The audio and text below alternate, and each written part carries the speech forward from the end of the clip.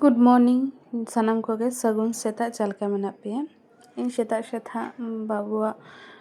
Tiffin भेजा आया ओना खातिर टिफिन बिना इन छुटो कना नेल ताबन पे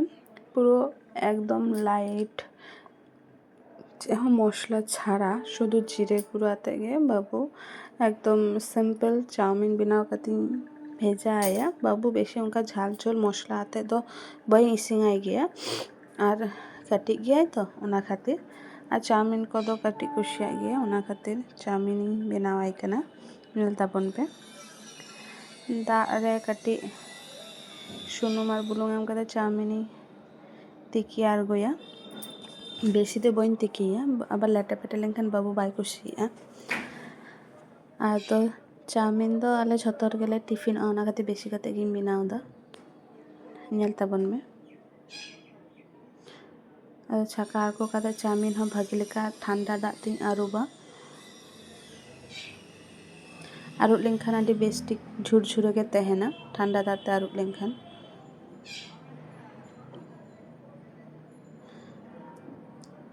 आरुब कते दाग झरा लगिन दोहो केया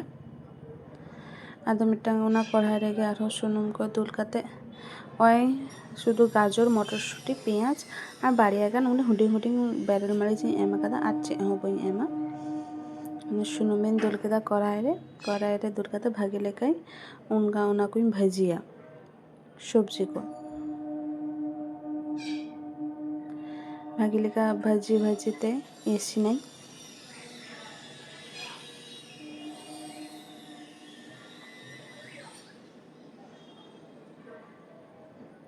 बुलुंग हम एक धार गी एमा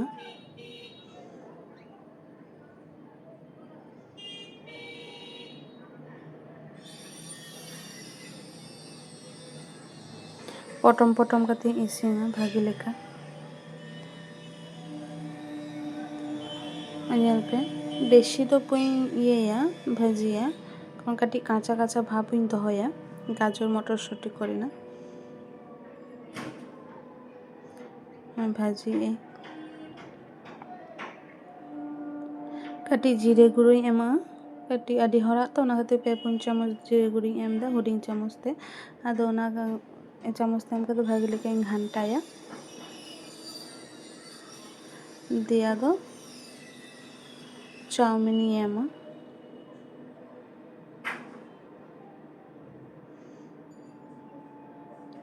चाउमीन एम कते भागे लेके घंटाया चाउमीन सलाई मेसाया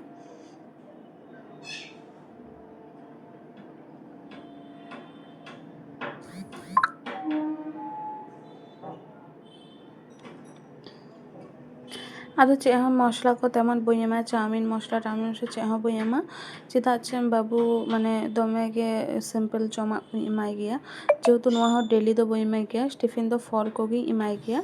ताओ तेहनी मने केदा तेहन दो बृहस्पतिवार आई बाबा छुट्टी दिन बृहस्पतिवार मिद दिन कते रेस्ट नाम गया ओना कते मने केदा तेहन झतर चाउमीन कटिले टिफिना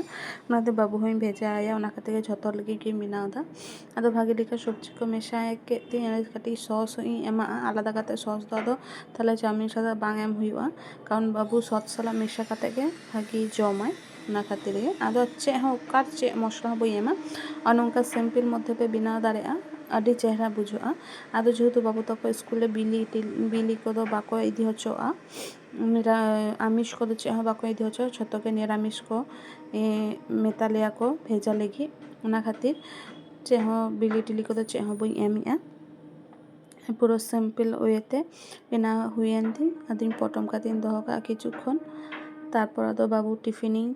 ते माने रेडी आया ओय अल्प थोड़ा गे तो अल्प केते गे इमाया जेहेतु सेता बेरा दो जम कते गे चलाक कानाय तोवा रुटी आदो ओना खातिर अल्प कते गे इमाय कना और मिट्टांग दो ड्राई फ्रूट लड्डू हूँ भेजाई कना ओने जहाँ बिना कते जम होचोय गया बस हुएन तिया टिफिन दो तैयार।